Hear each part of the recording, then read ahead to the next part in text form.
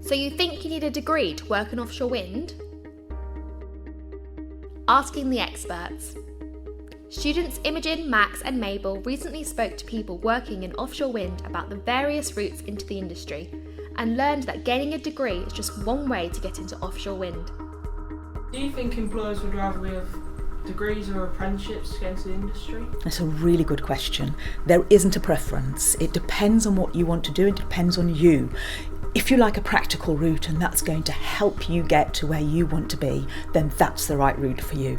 If actually you prefer to do a more academic route and then do more practical after that, that's fine. I would say there isn't one right way any longer. It's all about you, your personality, the opportunities. And don't worry if you don't know what you want to do at the beginning. The more experiences you get, it'll unfold in front of you and you might start doing something quite academic or technical and then go into doing something very much more practical. And that's fine too. Apprenticeship schemes. There are lots of apprenticeship schemes you can access if you want to work in offshore wind. You will need at least 3 GCSEs at grades 4 to 9 in maths, English and science. Whilst you are undertaking your apprenticeship, you will be earning money, studying at college and working on site. The most popular apprenticeships for jobs working directly on wind farms are Maintenance and Operations Engineering Technician and Wind Turbine Technician.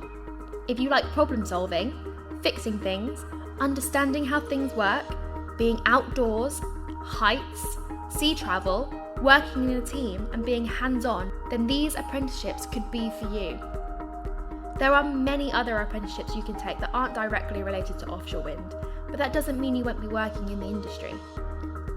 So would you say that doing an apprenticeship is equivalent to A-levels, or would it give you the same head start to getting into the sector?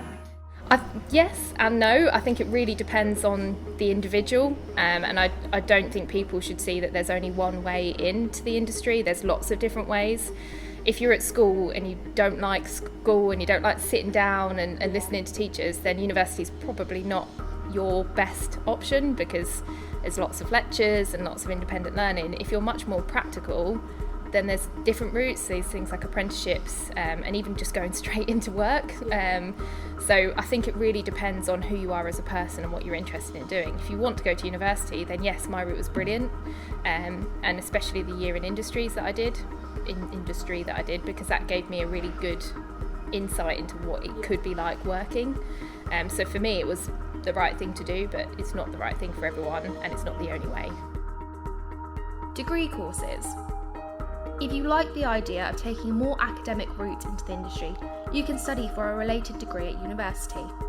Courses such as energy engineering, environmental sciences, energy and environmental engineering, and mechanical engineering with energy will prepare you for the many exciting career paths and will give you opportunities to interact with the industry directly through work placements.